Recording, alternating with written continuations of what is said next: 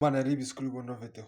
Menyereza umwana inzira akwiriye kunyuramo, azarinda asaza atarayivamo. Twese turabizi yuko ibyo dutoje abana bacu bakiri batoya, nibyo bakora. Akantu kose umutoje agakuriramo, either ari icyo kuvuga, icyo akora, ikintu cyose umutoje akura n'ubundi agikora kikamubera nyine ingeso ye. Bivuze ngo dukwiriye kubatoza neza. Ariko reka tugaruke ku ijambo ry'Imana hagati mu buryo bw'umwuka. Ibintu by'Imana iyo tukibijyamo tuba tumeze nk'abana batoya, tuba tumeze nk'ababebe. Bivuze ngo nta makuru menshi tuba tubifiteho. Muri urwo rwego rero dukwiriye kwitoza kubikora neza. Ntabwo dukwiye kuvuga ngo njye nibwo nkikizwa vuba, ntabwo nahita ntangira gukora ibi n'ibi, nzagenda mbikora gake gake. Oya, ahubwo ubyitoza ukiri mutoya kugira ngo nukura uzabikuriremo uko iminsi igenda yicuma. Witekereza yuko uburambe mu gukizwa aribwo bukora. Oya, ahubwo uwegereye Imana cyane, ubifite ubushake n'umutima wo kumenya iby'Imana cyane, uwo nguwo niwe ushimwa. Ntabwo umuntu ushimwa ari wa wundi umaze igihe kinini mu bukristo.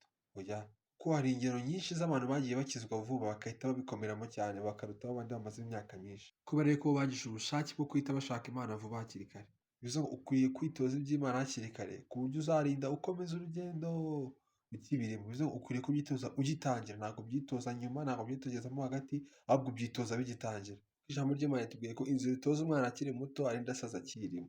Bivuze ngo uko uri ubu ngubu nibyo witoje mbere. Niba ukeneye gukurikira Imana by'ukuri, ukwiriye kwitoza ibyayo hakiri kare kugira ngo uzasaze ukibirimo. Nutabyitoza ubu ngubu, uzarinda ugera imbere iriya byaranze nyine bigikomeje kugorana. Itoza hakiri kare. Shalom.